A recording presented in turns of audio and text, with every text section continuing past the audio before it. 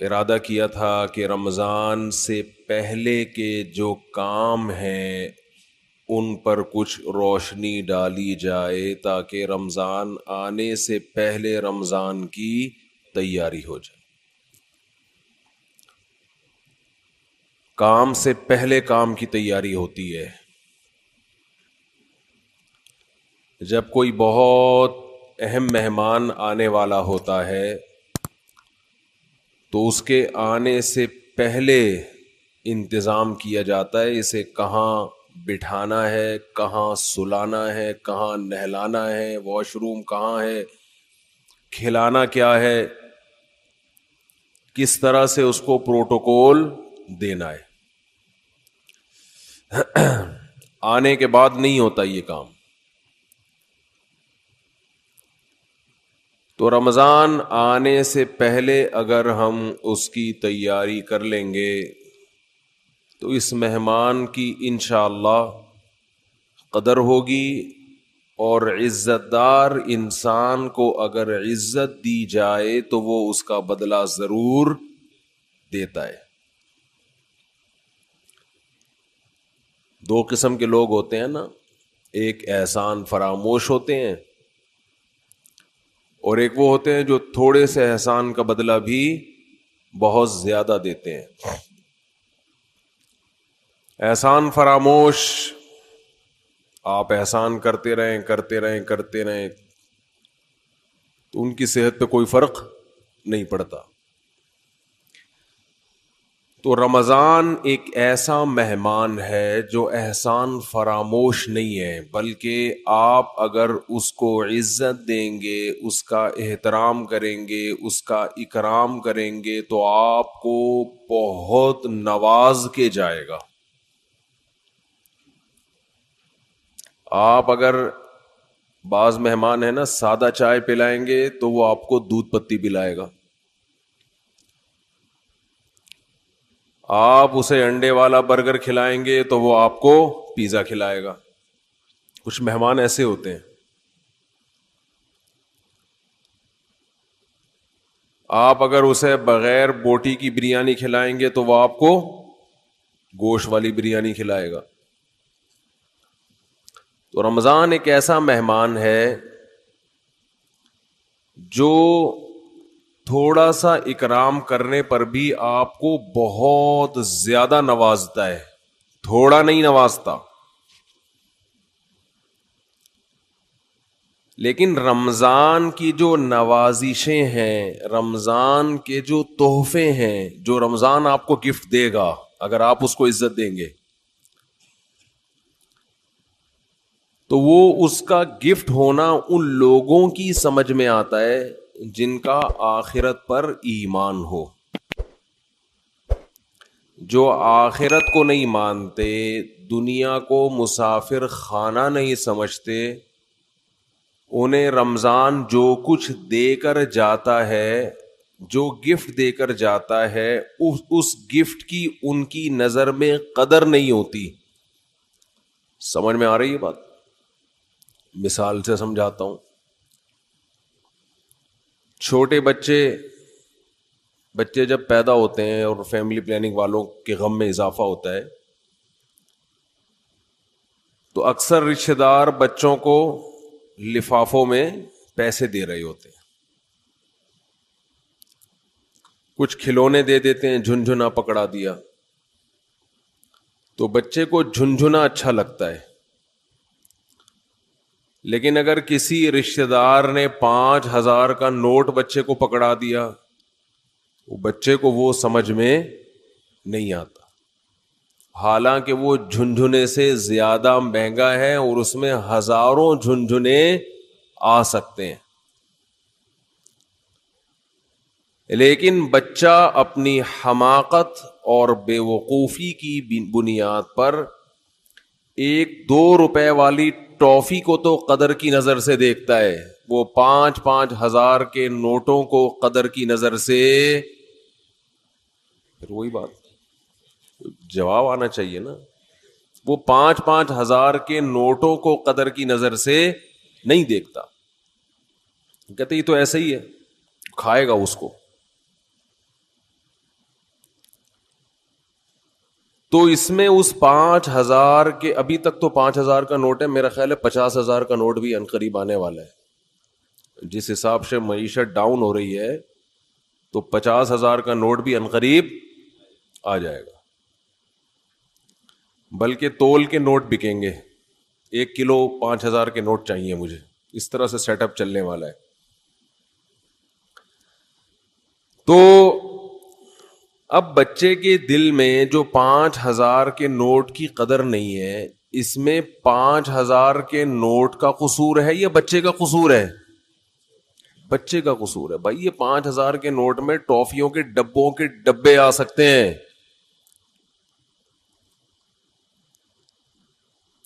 تو رمضان آپ کو کیا گفٹ دے کر جاتا ہے, اس گفٹ کی قدر ان لوگوں کی نظر میں ہے جو اس دنیا کو حقیقی زندگی نہیں سمجھتے. جو اس کو اصل سمجھتے ان کی نظر میں رمضان ٹینشن کے علاوہ کچھ بھی نہیں ہے, خام خواہ کی ٹینشن ہے. کیونکہ وہ کہتے ہیں رمضان مولویوں کا مہینہ ہے. کس کا ہے؟ مولویوں. سیزن آتے ہیں نا, یہ مولویوں کا ہے. تو میں یہ عرض کر رہا تھا کہ رمضان کس کا مہینہ کہلاتا ہے؟ مولاناؤں کا مہینہ. حالانکہ یہ مولویوں کا مہینہ نہیں ہے, یہ مسلمانوں کا مہینہ ہے. ان لوگوں کا مہینہ ہے جو آخرت پر ایمان رکھتے ہیں, اور جن کا آخرت پر ایمان نہیں ہے ان کے لیے رمضان A to Z tension he tension ہے, ٹینشن ہی ٹینشن. وہ نہ کھلے عام صحیح طرح سے کھا سکتے ہیں, تھوڑی تھی بغیرتی کے تانے پڑتے ہیں. 10 آدمی اگر خاموشی سے گزر جائیں گے تو 11واں بولتا ہوا جائے گا کہ شرم نہیں آتی تمہیں, کیا کر رہے ہو, اور بولنا چاہیے. تو میں یہ عرض کر رہا تھا کہ یہ جو رمضان ہے نا, اگر آپ اس کا اکرام کریں گے تو یہ آپ کو بہترین گفٹ دے گا. اب میں بتاتا ہوں وہ گفٹ کیا دے گا آپ کو. وہ گفٹ دے گا اللہ کی محبت. آپ کے دل میں اللہ کی محبت کی چنگاری پیدا کر دے گا. یہ دیکھو, انسان کو جو موٹیویشن ملتی ہے نا کسی بھی عمل کی, وہ یا تو کسی لالچ کی وجہ سے ملتی ہے یا کسی خوف کی وجہ سے. سمجھتے ہیں؟ آپ صبح صبح اٹھ کے آفس جاتے ہیں,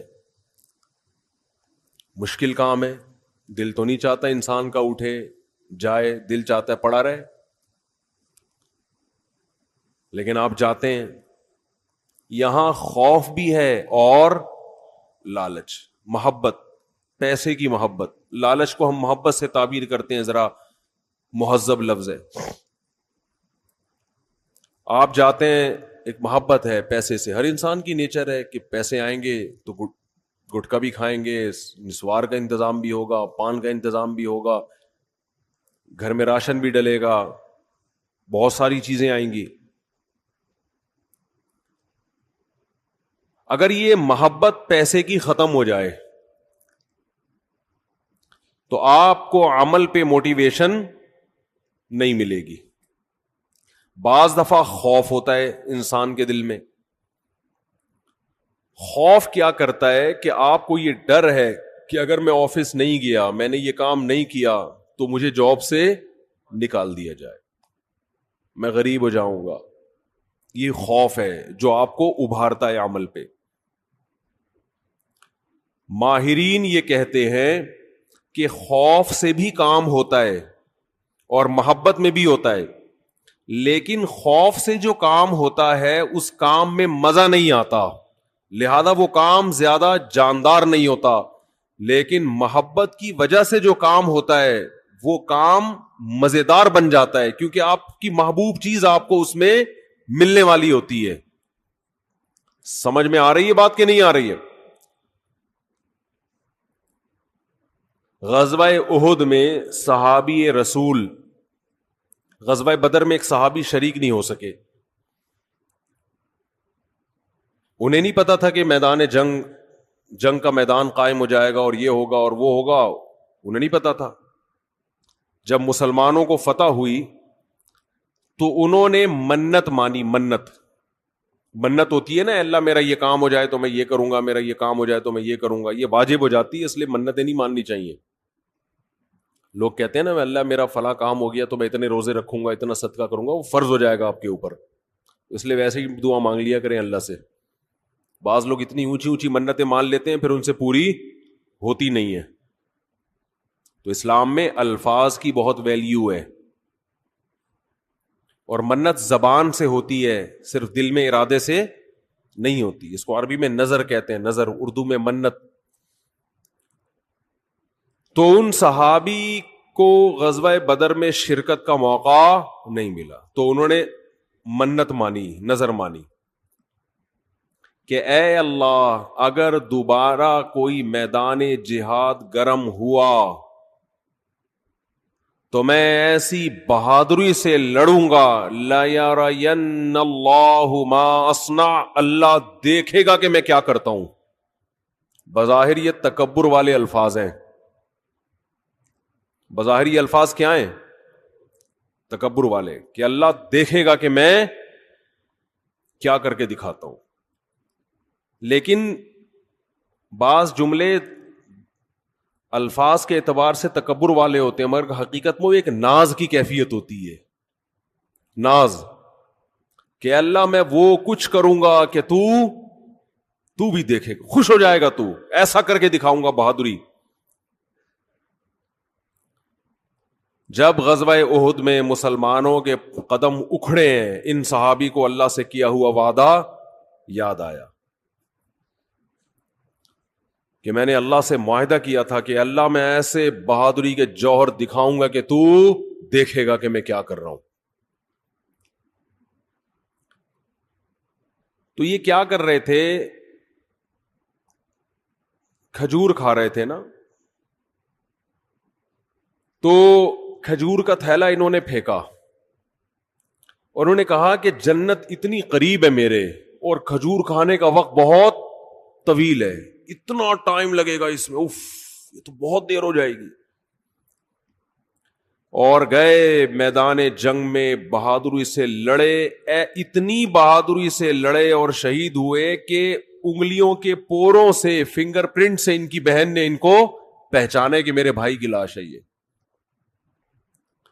قرآن مجید کی آیتیں نازل ہوئیں، من المؤمنین رجال صدقوا ما عاہدوا اللہ علیہ فمنہم من قضى نحبہ ومنہم ینتظر. مومنین میں بعض ایسے بھی ہوتے ہیں کہ اللہ سے جب کوئی معاہدہ کر لیتے ہیں تو اس معاہدے کو پورا کر کے چھوڑتے ہیں. وہ انہی کے بارے میں نازل ہوئی. تو جب ان کو یقین تھا کہ جنت میرے سامنے ہے تو انہیں وہ کھجور تناول کرنا بھی مشکل لگا. یہ خوف کی وجہ سے نہیں لڑ رہے کہ اگر میں نہیں لڑا تو جہنم میں جاؤں گا، بلکہ کس کی لالچ میں لڑ رہے ہیں؟ جنت کی اور اللہ کی محبت میں لڑ رہے ہیں. تو انسان جب خوف کی بیس پہ کام کرتا ہے اس میں جان نہیں ہوتی، اور جب کسی محبت اور لالچ میں کام ہوتا ہے تو اس کام میں اس کی کوالٹی بہت شاندار ہوتی ہے. تو اللہ نے ہمیں رمضان کا جو مہینہ دیا، وہ مہینہ اگر آپ اس مہینے کا اکرام کریں گے تو وہ مہینہ آپ کے اندر اللہ کی محبت پیدا کر دے گا. اور جب انسان کے دل میں محبت پیدا ہوتی ہے تو محبوب کے حکم کو فالو کرنا مشکل نہیں اور آسان بھی نہیں بلکہ مزیدار بن جاتا ہے. 3 درجات ہوتے ہیں نا، حکم کی اتباع کرنا مشکل، اور اس سے اوپر کیا ہے؟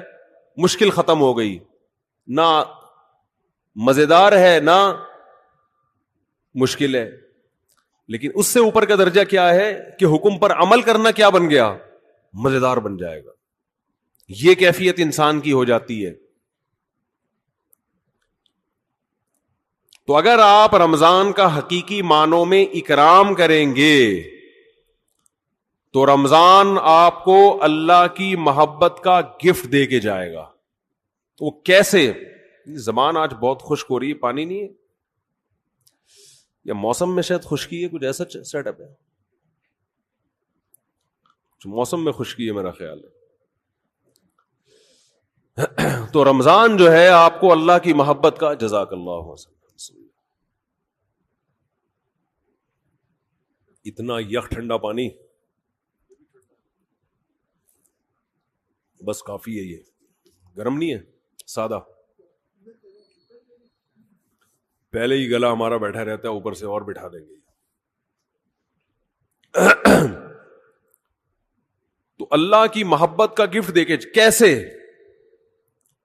انسان کی یہ نیچر ہے, یہ فطرت ہے کہ وہ جس کے لیے قربانی دیتا ہے نا, جس کے لیے, تبلیغ والے کہتے ہیں نا, جس چیز پہ جان مال اور وقت خرچ ہوتا ہے انسان کے دل میں اس کی ویلیو پیدا ہو جاتی ہے. ایک غریب آدمی جو رکشہ چلاتا ہو, سارا دن پسینہ بہاتا ہو, اس کو جو دہاڑی یا جو اجرت ملتی ہے اس اجرت کو وہ بڑی احتیاط سے خرچ کرتا ہے.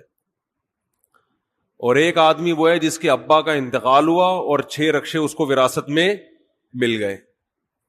ایسا بھی ہوتا ہے نا, وہ ان رکشوں کی ایسی کی تیسی, باپ کا مال سمجھ کے لوگ کہتے ہیں نا اڑا رہا ہے, خود تو محنت کی نہیں ہے, ابا سے وراثت میں ملا ہے, اڑا دیتا ہے انسان.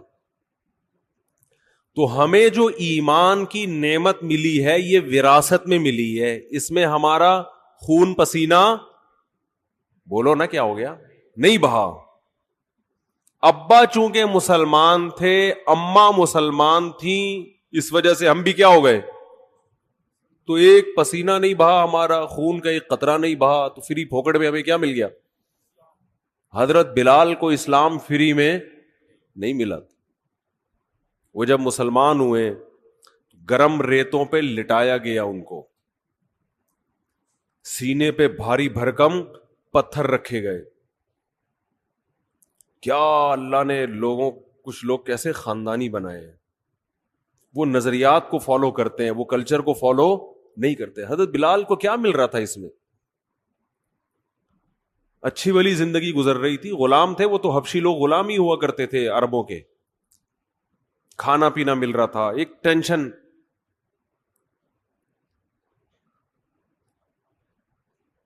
تو بڑے بڑے پتھر سینے پہ رکھے جا رہے ہیں, گرم ریت پہ لٹایا جا رہا ہے, مگر نعرہ لگا رہے ہیں احد احد, خدا کیا ہے, ایک ہے, میں نہیں مانوں گا. کیسے ویژنری, کیسے نظریاتی. خباب ابن ارت رضی اللہ تعالی عنہ رسول اللہ صلی اللہ علیہ وسلم کے پاس آئے مکہ میں, وَهُوَ مُتَوَسِّدٌ لَهُ متوسد ببرد لہو او کما قال, کہ آپ صلی اللہ علیہ وسلم کی چادر تھی, اس سے آپ صلی اللہ علیہ وسلم کوہنی پہ سر رکھ کے لیٹے ہوئے تھے. لوگ کہتے ہیں مسجد میں سونا منع ہے, ایسی ہمارے علم میں کوئی حدیث نہیں ہے. مسجد میں سونا جائز ہے, البتہ مسجد کو سرائے بنا لینا سونے کی جگہ, سارا محلے کو جہاں جگہ نہیں مل رہی تو کہاں کے سو رہا ہے مسجد میں, یہ غلط ہے. نماز کے لیے آئیں مسجد میں آپ, اور اگر کوئی آیا نماز کے لیے سستانے کے لیے ذرا لیٹ بھی جائے تو اللہ کی طرف سے کوئی پابندی نہیں. آئیں نماز کے لیے, ہاں یہ نہ ہو کہ سرائے بنا لیا جائے, مسجد کو ہوٹل بنا لیا جائے, کہ جس کو جگہ نہیں مل رہی, گھر میں بیوی سے پٹا ہوا ہے, سارے محلے والے یہاں آ جائیں. لیکن بذات خود جائز ہے مسجد میں سونا. اور اگر اکا دکا کبھی کوئی مسجد میں آ بھی جائے صرف سونے کے لیے تو بھی کوئی ناجائز نہیں ہے. ناجائز اس وقت ہوگا جب اس کو عام معمول لوگ بنا لے. حضرت علی رضی اللہ تعالی عنہ کی کچھ ناراضی ہوئی حضرت فاطمہ سے, میاں بیوی میں ہوتی ہے, تو آپ صلی اللہ علیہ وسلم جب گھر گئے حضرت فاطمہ سے ملے, پتہ چلا بھئی کچھ ناراضی ہوئی ہے, اور حضرت علی مسجد چلے گئے. تو وہاں حضرت علی مٹی میں لیٹے ہوئے تھے, آرام کر رہے تھے. اسی پہ آپ صلی اللہ علیہ وسلم نے فرمایا یا ابا تراب, اے مٹی والے. تو اسی کے بعد حضرت علی اپنی کنیت کیا کہتے تھے, ابو تراب. تو اس سے پتہ چلتا ہے کہ اگر کوئی مسجد میں آ کے لیٹ جائے تو اللہ کی طرف سے کوئی پابندی نہیں ہے. لیکن یہ ضرور ہے کہ لوگ اس کو ایسا نہ ہو کہ سارے محلے والے لیٹے ہوئے, یا لیٹنے کی جگہ ہی بنا لی, کبھی کبھار ہو جاتا ہے انسان سے. مسجد والے بعض دفعہ بہت سختی کرتے ہیں. اب سفر میں جب ہم چلتے ہیں, نمازیں پڑھتے ہیں سفر کے دوران, بعض دفعہ انسان 2 رکعت پڑھی ظہر کی, تھوڑا سستانے کے لیے لیٹ گیا تو کوئی ڈنڈا لے کے کھڑا ہوا ہوتا ہے نکلو یہاں سے, پھر گالیاں بھی دے رہے ہوتے ہیں. وہی واقعہ پھر یاد آتا ہے مجھے, ایک آدمی کی بھینس مسجد میں آ گئی تو مولوی صاحب پکڑ کے ڈنڈے سے مارنے لگے. تو دیہاتی جس کی بھینس تھی وہ بھاگتا ہوا آیا, کہہ رہا ہے مولوی صاحب بے زبان جانور ہے, اس کو مار رہے ہو, کبھی مجھے دیکھا آپ نے مسجد میں؟ یہ تو بے عقل بے زبان ہے, غلطی سے مسجد میں آ گیا, اس کو کیوں مار رہے ہو؟ میں آؤں عقل مند ہوں, مجھے مارو تو سمجھ میں بھی آتا ہے, اس بیچارے کو کیوں مارے, اس کے کیا قصور ہے؟ تو ایسا مسجدوں کا ماحول بنا لیا ہے کہ کوئی آئے نہیں مسجد میں, تو اتنی سختی نہ کریں. تو کہاں سے کہاں بات چلی جاتی ہے یار. تو آج ویسے بھی کھوپڑی سیٹ نہیں ہے میری جی, کھوپڑی سیٹ آرام نہ ہونے کی وجہ سے نہیں ہے, ویسے کھوپڑی سیٹ ہے الحمدللہ. تو رمضان کی بات چل رہی تھی. ہاں میں یہ عرض کر رہا تھا کہ فری میں جو انسان کو چیز ملتی, ہمیں ایمان ملا ہے فری میں. ابا مسلمان اماں مسلمان تو ہم بھی مسلمان, سارے اڑوس پڑوس مسلمان ہیں, قدر نہیں ہے. صحابہ کو ایمان ملا محنت کرنے کے بعد. آج بھی بہت سے غیر مسلمان ہوتے ہیں, میں حیران ہوتا ہوں, بعض ہندو بچیوں کے فون آتے ہیں, گھر کے اندر رہتے ہوئے مسلمان ہو گئی. ایک ہندو لڑکی کا 2-3 سال پرانی بات ہے, فون آیا, میرا خیال ہے 16-17 سال, یہ بچپنے ہی کی, مینٹلی تو انسان بچہ ہی ہوتا ہے اس وقت.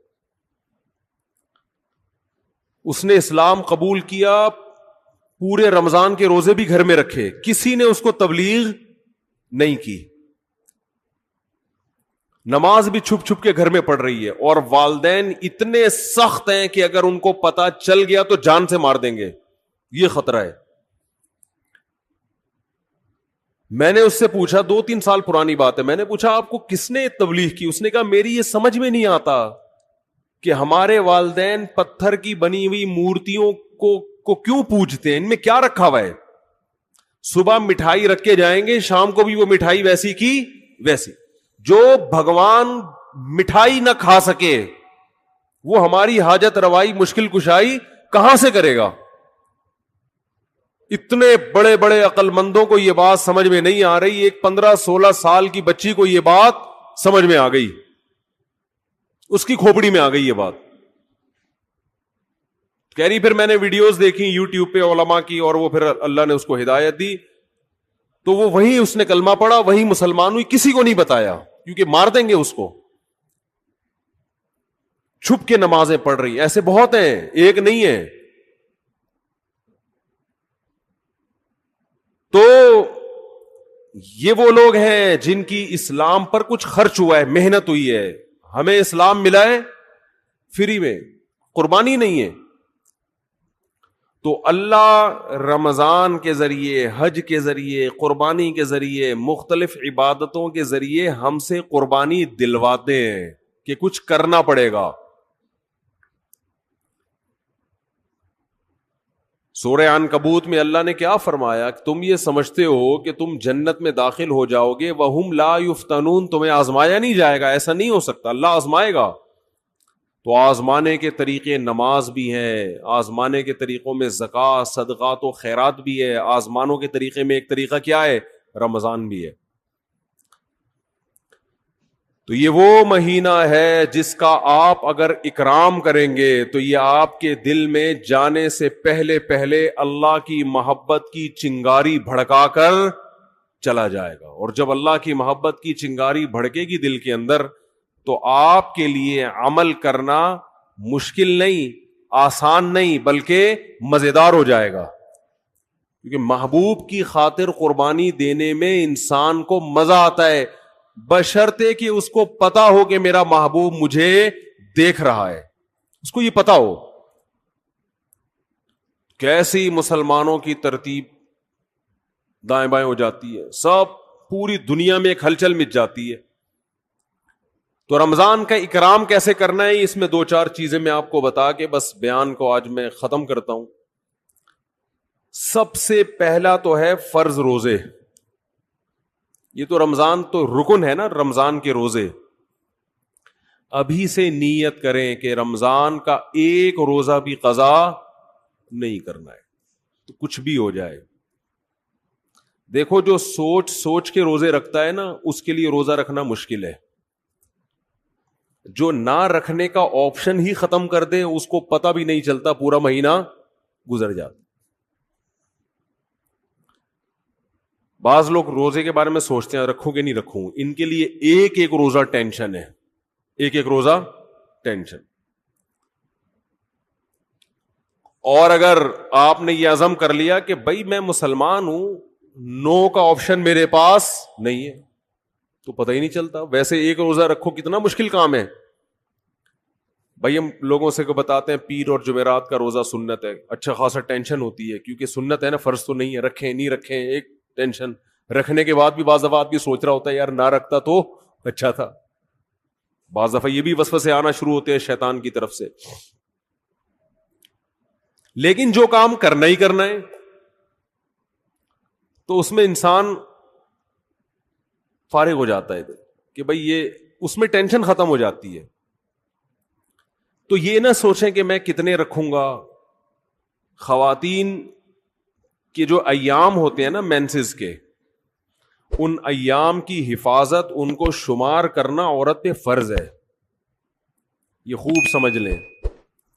آج کل یونیورسٹیوں میں اچھا یہ جو راکٹ والا مضمون تھا نا، یہ بھی میں چھوٹی سی بات بتا دوں کہ یہ جو مسلمان علماء کا اس سے تعلق نہیں ہے کہ آپ چاند پہ پہنچ رہے کہ نہیں پہنچ رہے، اس کا ہماری یونیورسٹیوں سے تعلق ہے.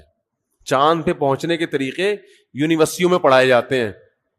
سمجھتے ہو کہ نہیں سمجھتے؟ تو ہونا یہ چاہیے تھا کہ ایک تصویر آ رہی ہوتی، ایک ویڈیو آ رہی ہوتی، جاپان کے سائنسدان یا امریکہ کے سائنسدان چاند پہ پہنچ رہے ہیں، نیچے کراچی اور لاہور یونیورسٹی کی بھی ویڈیو آ رہی ہوتی کہ وہاں بھی سائنسدان لگے ہوئے ہیں، پروفیسر لگے ہوئے ہیں کہ ہم غبارے کو چاند تک کیسے پہنچائیں. چلو پہلا غبارے کا تجربہ کر لیں، پھر راکٹ بھی بھیجیں گے. تو یہ مولویوں کو گالیاں نہ دیا کریں، یہ اپنے سائنسدانوں کو برا بلا کہا کریں، یہ حکمرانوں کو کہا کریں. نہیں آ رہی میرا خیال ہے بات سمجھ میں؟ یہ مولاناؤں کا ہیڈک نہیں ہے کہ چاند پہ جا رہے کہ نہیں جا رہے. اس کی مثال ایسے ہے کہ جیسے کوئی ابھی کرونا کی وبا پھیلی ہوئی ہے نا، کرونا کی وبا پھیلی ہوئی ہے، ڈاکٹر ایک ویڈیو آ رہی ہے جس میں ڈاکٹر ویکسین تیار کر رہے ہیں، دوسری ویڈیو آ رہی ہے جس میں کربلا کے واقعات بیان ہو رہے ہیں، تیسری ویڈیو آ رہی ہے کہ اس میں 4 شادیوں کا تذکرہ ہو رہا ہے، چوتھی آ رہی ہے. تو اب اس میں لوگ کہہ رہے ہیں مولانا لوگ دیکھو کیا کر رہے ہیں، ادھر وہ کرونا کی ویکسین تیار کر رہے ہیں اور ادھر مولانا لوگ کیا کیا الٹی باتیں کر رہے ہیں. تو بھائی وہ جو ویڈیو، اس میں ایک ویڈیو ایسی بھی آنی چاہیے کہ ہمارے ڈاکٹر بیٹھے ہوئے ہیں کرونا کی ویکسین بنانے کے لیے. تو ہمارے ڈاکٹروں کی سرے سے کوئی ویڈیو آ ہی نہیں رہی ہے، تو پھر یہی ہوگا کہ کیلے کا رخ قبلے کی طرف ہے کہ نہیں ہے. پھر تو یہی ہوگا نا کچھ. بھائی فیس بک والے کو کچھ تو چلانا ہے نا ویورز بڑھانے کے لیے، تو اس کو ہمارے سائنسدان مل ہی نہیں رہے کوئی دھماکے کرتے ہوئے، کوئی راکٹ بھیجتے ہوئے، تو پھر وہ 4 شادیوں کی ویڈیو چلائے گا اور کیا کرے گا وہ. تو یہ مولاناؤں کی ٹینشن نہیں ہے بھائی، یہ ہماری یونیورسٹیوں کا جو نظام تعلیم اور ہمارے حکمرانوں کی کرپشن، انہوں نے ملک کو کھنڈرات میں دھکیل دیا ہے. میں تو کہتا ہوں جو فیس بک پہ ویڈیوز ڈالتے ہیں نا، یہ نہ ڈالا کریں کہ کیلے کا رخ قبلے کی طرف ہے کہ نہیں ہے، کیونکہ لوگ کہتے ہیں یہ دیکھو کہ کس چیز میں لگے ہوئے. اصل ویڈیو یہ آنی چاہیے کہ ایک طرف آپ یہ دکھائیں کہ سائنٹسٹ خلائی سیارے بھیج رہے ہیں آسمان میں، وہاں سے چھلانگے مار رہے ہیں، دوسری طرف کراچی کے گٹر کے ڈھکنوں کی تصویریں آنی چاہیے. ڈھکن یہاں کیا ہوئے ہوئے ہیں؟ کھلے ہوئے ہیں. تیسری طرف گدے گھوڑے کی لیدوں کی تصویریں آنی چاہیے، کچرے کے ڈھیر آنے چاہیے، چرسی آنے چاہیے پائپ کے اندر بیٹھے ہوئے. پھر اصل لبرل لوگوں کا اصل چہرہ آئے گا، کیونکہ یہ جو ملک ہے لبرل لوگوں کے ہاتھ میں، یہ مولاناؤں کے ہاتھ میں نہیں ہے. پھر آئے گا ایک طرف دیکھو سائنسدان راکٹ بھیج رہے ہیں وہاں پہ، اور ادھر کراچی میں گٹر کے ڈھکن لگانے کے لیے بھی حکومت تیار نہیں ہے. تو لوگ سائنسدانوں کا مولویوں سے مقابلہ کروا رہے ہیں، حالانکہ دونوں کی فیلڈ بالکل الگ الگ ہے. نہیں آ رہی میرا خیال. تو آسمان میں خلائی سیارے بھیجنا مولویوں کی فیلڈ تھوڑی. مولوی موٹیویشن کرے گا، آپ کو موٹیویٹ کرے گا کہ سیارہ بھیجنے کے کیا اسلام میں فضائل ہیں، ٹھیک ہے نا، سائنسدان بننے کے کیا فضائل ہیں، ڈاکٹر بننے کے کیا فضائل ہیں، وہ مولانا بیان کرے گا. ہر چیز میں علماء کو برا بلا کہتے ہیں لوگ. دوسری بات یہ کہ فیس بک اور یوٹیوب کی دنیا تو کھلی ہوئی ہے نا, بہت سے لوگ مولانا نہیں ہوتے, مولانا بن کے آئے ہوئے ہیں وہ, تو آپ ہر ایک پر یہ ٹھپا لگا رہے ہیں مفتی ہیں. مفتی عبد القوی کو بھی لوگوں نے کیا بنا دیا, اتنے فون آئے میرے پاس, مفتی صاحب دیکھیں مفتی عبد القوی کیا کر رہے ہیں, یہ ہوتے ہیں مفتی. میں نے کہا بھائی اس پہ کہاں مفتی لگانے پر گورنمنٹ کی طرف سے کوئی پابندی نہیں ہے, کس نے بولا یہ مفتی ہے؟ کسی کو بھی اٹھا کے مفتی آصف زرداری صاحب کر دو آپ, پھر کہو دیکھو یہ مفتی لوگ کیا کیا کر رہے ہیں. مفتی کا ڈگری کوئی ہمارے ملک میں کوئی سسٹم نہیں ہے, پتھر اٹھاؤ مفتی نکلے گا نیچے سے. اور صرف یہ مفتیوں کے ساتھ نہیں ہو رہا, ڈاکٹروں میں بھی ایسے ہی ہے, جعلی سرٹیفکیٹ کے ڈاکٹر بھرے ہوئے ہیں, اور حکیم تو ہول سے جس کا دنیا میں کوئی کام نہیں ہے وہ حکیم بنا ہوا ہے, اور اس سے بھی زیادہ ہول سیل کے حساب سے روحانی عامل ہیں, روحانی جن چڑیل بھوت بھگانے والے, وہ تو اتنے ہر ایک کو روحانی علاج آتا ہے. ایک صاحب مجھے دبئی میں ملے کہ میرا روحانی علاج کر دیں. میں نے کہا میرا ایک یوٹیوب پہ وہ ہے کلپ ہے اس بارے میں, بڑے خوش ہوئے, کہتے ہیں اس کلپ کا نام کیا ہے کلپ کا؟ میں نے کہا اس کا نام ہے روحانی علاج والوں کا علاج, روحانی علاج والوں کا علاج. تو خیر میں جلدی سے بات کو سمیٹ کے ختم کرتا ہوں, وقت پورا ہو گیا. کہ بھائی دیکھو اللہ کے لیے جب قربانی دو گے نا تو قربانی کے صلے میں اللہ کی محبت پیدا ہوگی. پہل آپ کو کرنی پڑے گی. ایک بالش آپ آؤ گے تو اللہ آپ کی طرف ایک ہاتھ آئے گا, پہل آپ کو. تو اس پہل میں آج یہ عزم کرے سب سے پہلے. میں خواتین کے کچھ بات عرض کر رہا تھا کہ اپنے جو ان کے مینسز کے ایام ہوتے ہیں ان کو عورت پر واجب ہے کہ وہ نوٹ کر کے رکھے, کیونکہ عادت سے اس کا تعلق ہے کہ جتنے دن کسی خاتون کی عادت ہے پھر اگلے مہینے اتنے دن تک وہ ایام شمار ہوں گے. یہ میں زیادہ ڈیپ میں نہیں جا رہا ابھی. تو بہت سی خواتین پاک ہو جاتی ہیں مگر روزہ چھوڑ دیتی ہیں, بہت سی ناپاک ہوتی ہیں مگر روزہ رکھتی ہیں, تو مسائل کا علم ہے ہی نہیں. بہشتی زیور ایک جامعۃ الرشید نے چھاپی ہے, آسان بہشتی زیور, تسہیل بہشتی زیور کے نام سے. وہ کتاب ہر گھر کی ضرورت ہے.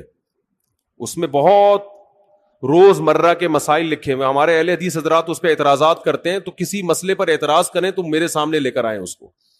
سمجھتے ہیں کہ نہیں سمجھتے؟ اعتراض کرنا آسان ہوتا ہے, گورنمنٹ کی طرف سے کوئی پابندی نہیں ہے. ابھی میرا وہ بات ہوئی تھی نا, مناظرہ لوگوں نے نام دے دیا, حالانکہ مناظرہ نہیں تھا. اس میں ہوا یہ تھا کہ وہ یہ بار بار کہہ رہے تھے تقلید یہ ہے تقلید وہ ہے. میں نے کہا آپ بیٹھیں پہلے مجھے بتائیں تو آپ کے ہاں تقلید کی ڈیفینیشن کیا ہے, تو میں پہلے لکھوں گا, پھر اگلی نشست میں ہم اس پہ کیا کریں گے, بحث کریں گے. کیونکہ ایسے ادھر ادھر باتیں کرنا بہت آسان ہوتا ہے.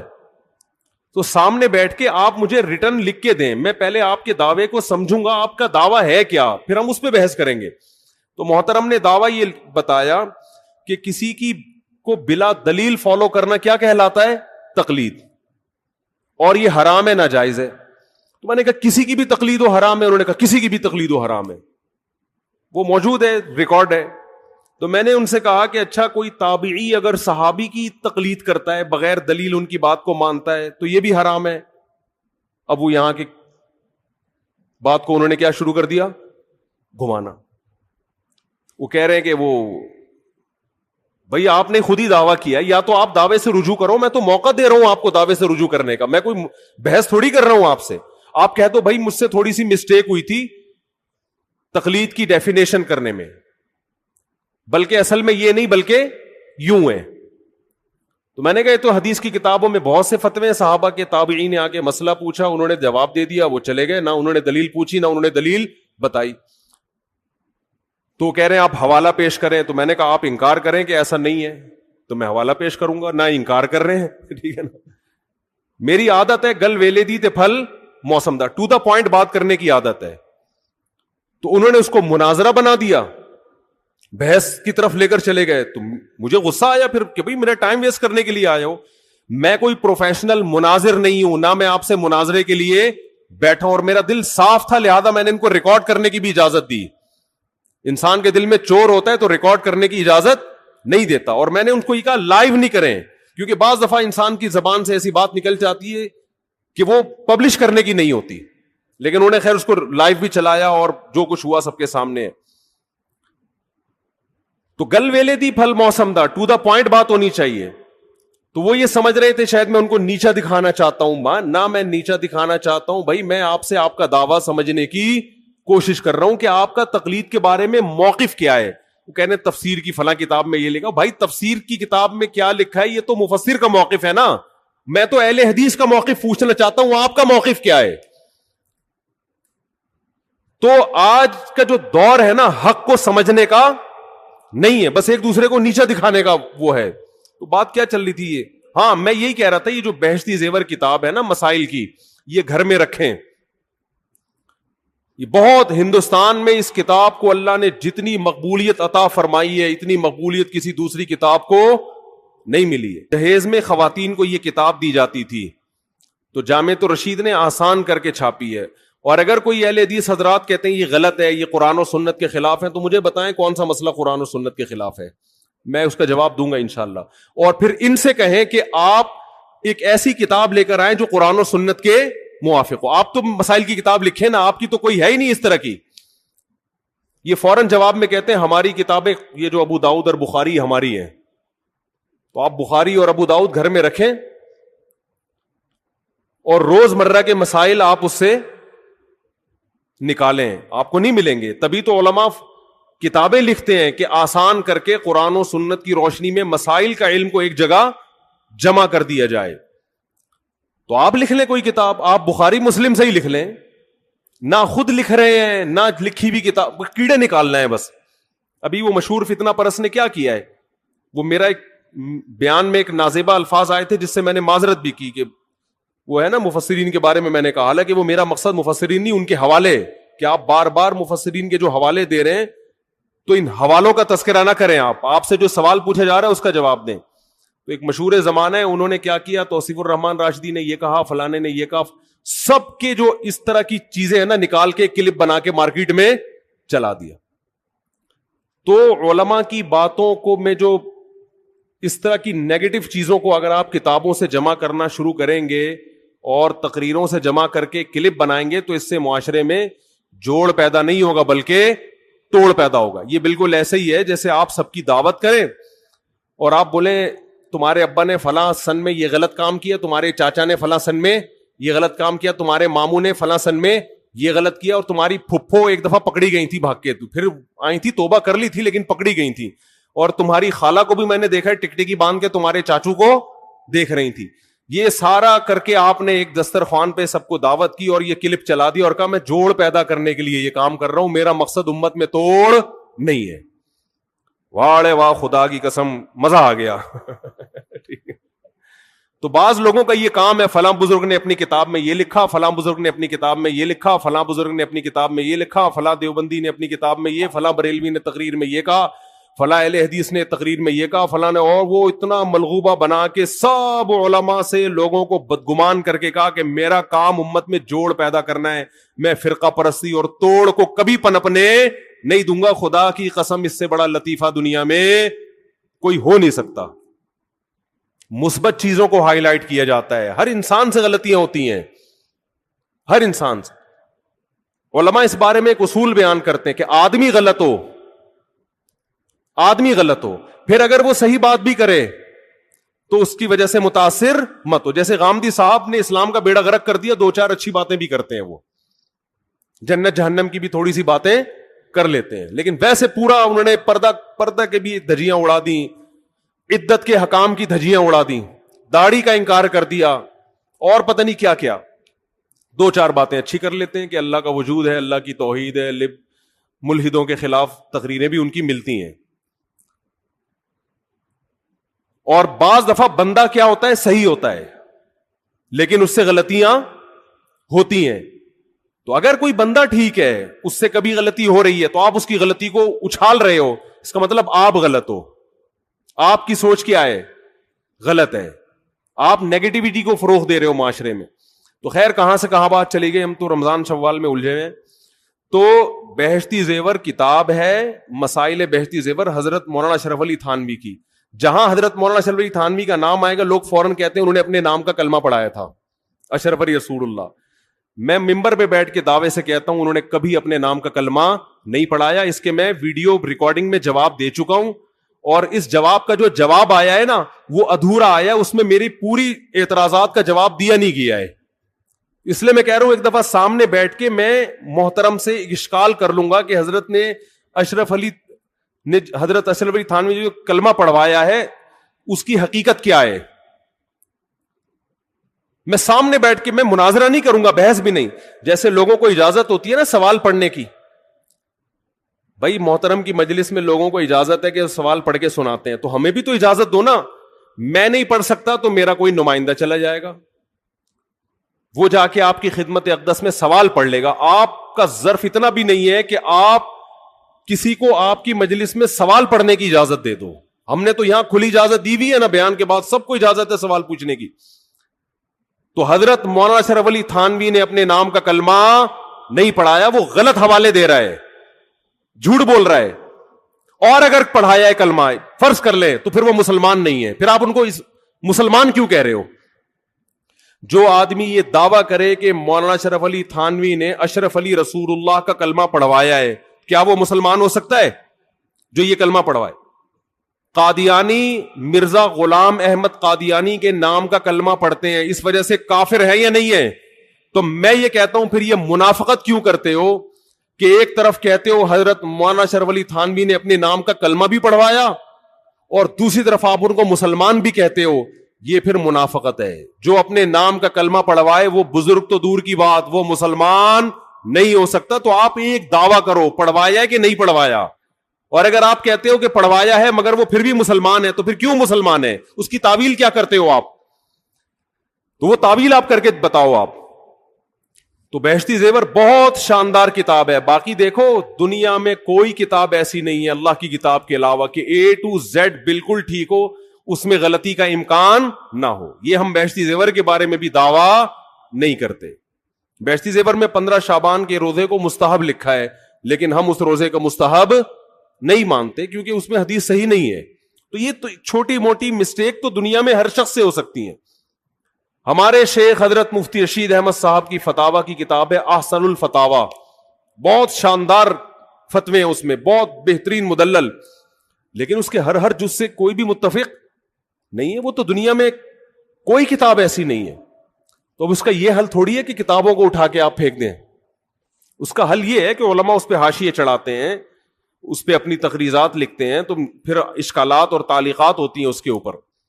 تو یہ بہت شاندار کتاب ہے, آپ اس کو گھر میں رکھیں, اس سے آپ کو رمضان کے مسائل پتہ چلیں گے, خواتین کے خاص طور پر حیض و نفاس کے مسائل, جو آج کل ہماری جدید طبقے سے جو وابستہ خواتین ہیں یونیورسٹیوں پڑھنے والی, ان کو طہارت کے مسائل بھی معلوم نہیں ہے, بالکل نہیں پتا ان کو.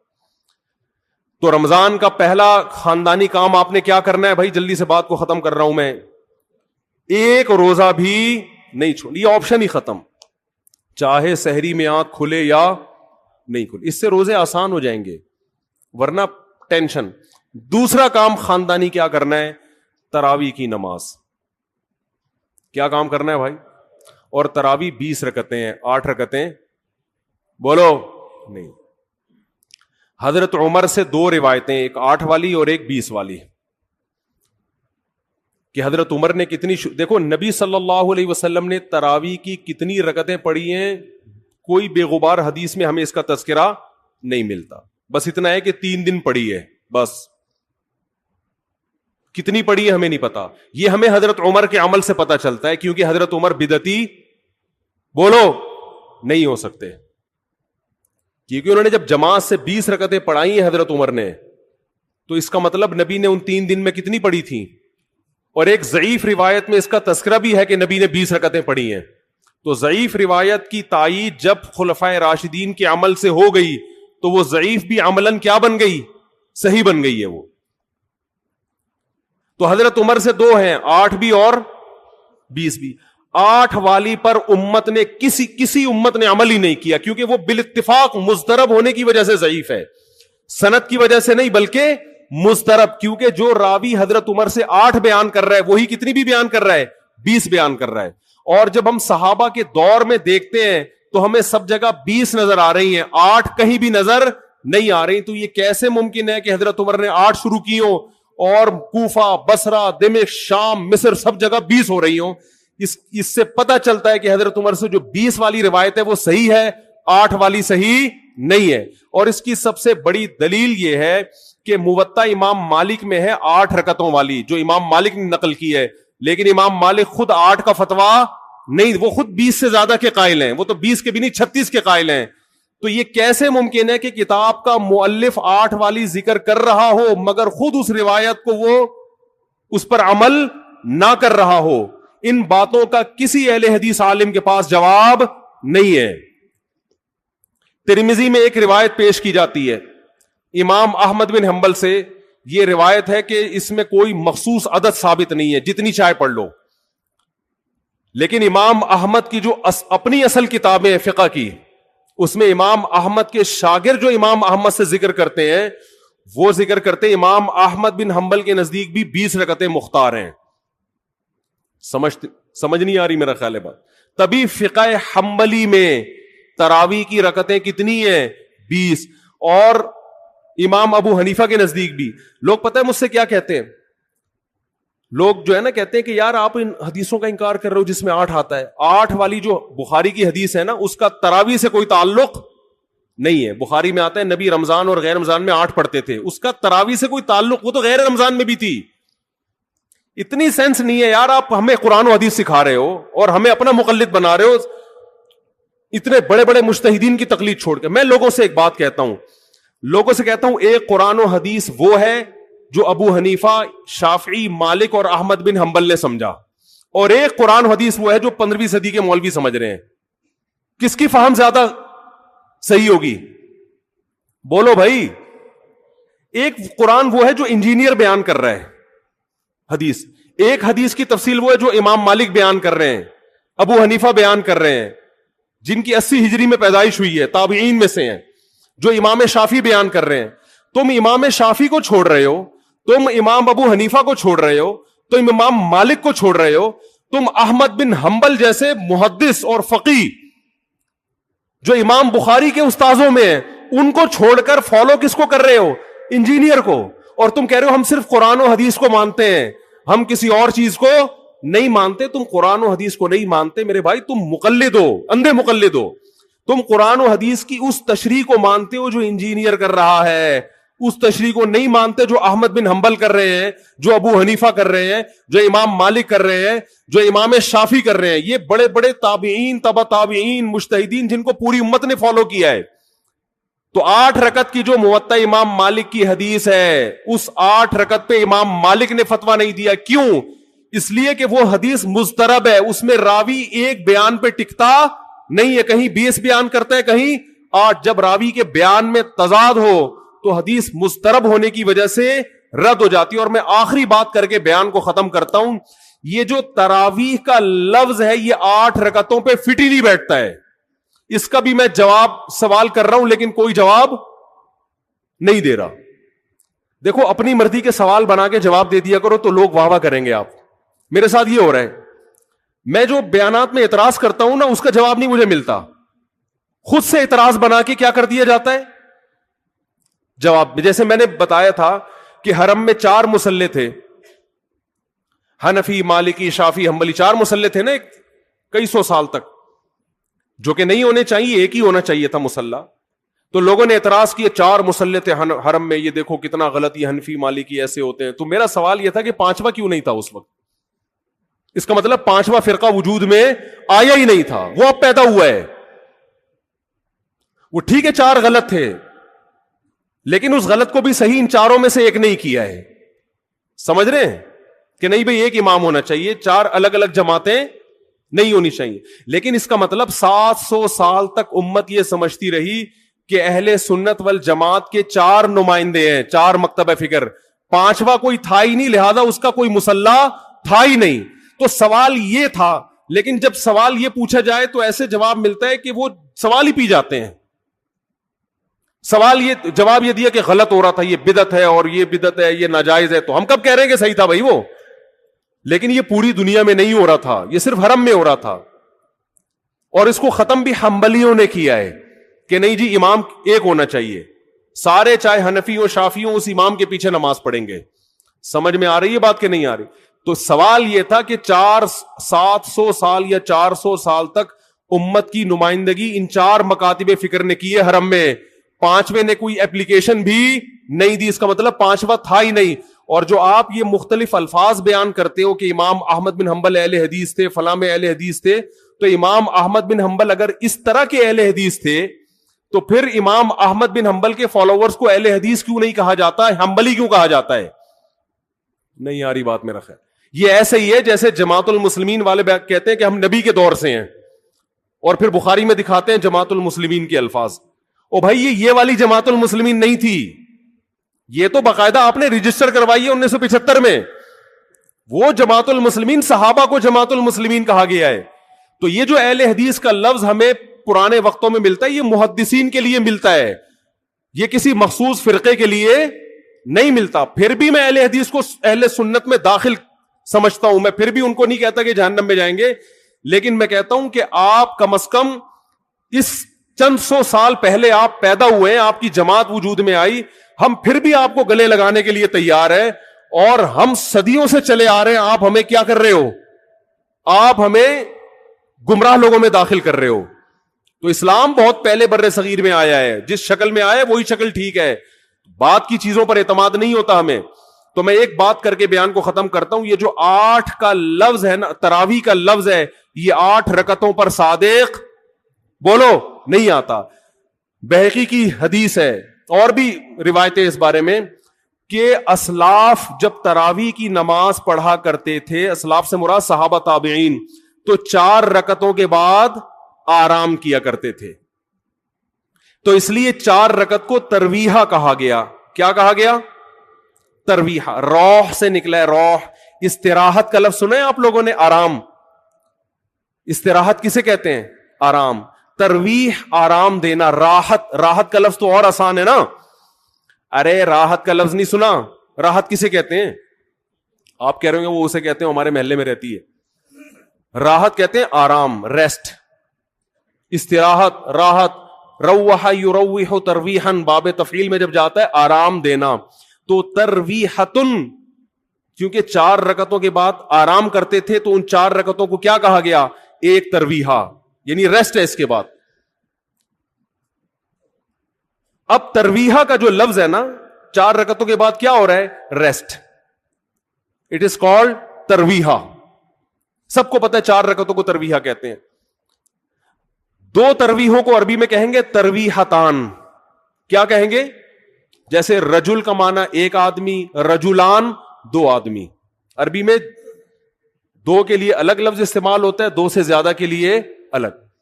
تو اگر یہ 8 رکعتیں ہوتی تو ان کو محدثین تراویح نہ کہتے بلکہ ترویحتان کہتے یا ترویحتین کہتے. کیا کہتے؟ 2 ترویحیں. اور ان کے بیچ میں ویسے بھی ریسٹ کی ضرورت پڑتی نہیں. ٹھیک ہے. 4 رکعت کے بعد امام بیٹھتا، بولتے چل بھائی آگے جلدی کر، جانا بھی ہے گھر میں ہم نے. تو ترویحتین کہتے، ان کو محدثین تراویح نہیں کہتے. اور تراویح کا لفظ ہے جمع. عربی میں جمع کم سے کم افراد کتنے ہوتے ہیں اس کے؟ 3. تو کم سے کم 12 رکعتیں ہونی چاہیے. لیکن تراویح بھی جمع کثرت ہے، جمع قلت کثرت. جمع اقصا کہتے ہیں جو بہت زیادہ جمع ہو. تو پتہ ہے 4 رکعتیں کافی زیادہ ہیں تو ان کو تراویح کہا جائے گا.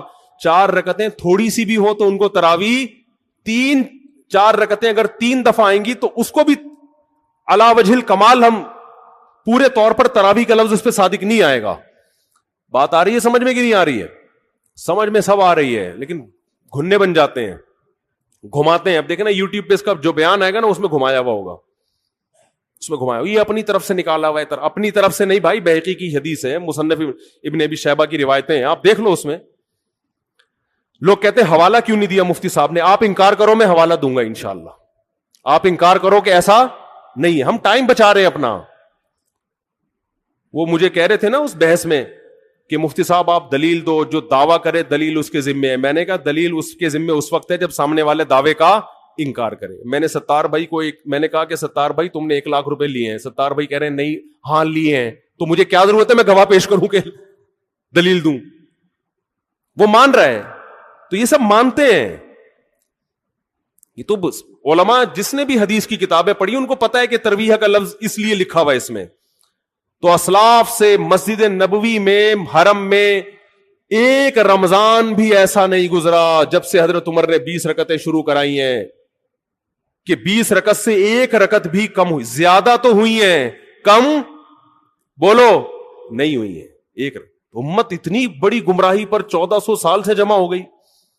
تو میرے بھائی جو آپ سے قرآن و سنت کے نام پہ بات کرے نا, اسے بولے بھائی ٹھیک ہے میں قرآن و سنت ہی کو مانتا ہوں, مگر قرآن و سنت کی وہ تشریح جو ان مجتہدین نے کی ہے اس کو مانوں گا. جو 15ویں صدی کے مولوی کر رہے ہیں تشریح, میں اس کو بولو نہیں, چاہے وہ سعودی ہوں. لوگ کہتے ہیں سعودی عرب میں 8 رکعتیں ہر جگہ ہو رہی ہیں. سعودی عرب میں آج ہو رہی ہیں, 100 سال پہلے کے سعودی عرب میں 8 رکعتیں کہیں بھی نہیں ہوتی تھی. تو یہ کوئی سعودیوں کا کلمہ تھوڑی ہم نے پڑھا ہے کہ جو سعودی عرب میں تو بہت سے لوگوں کی داڑیاں نہیں ہوتی, تو کیا مطلب داڑھی کا انکار کر دو گے آپ؟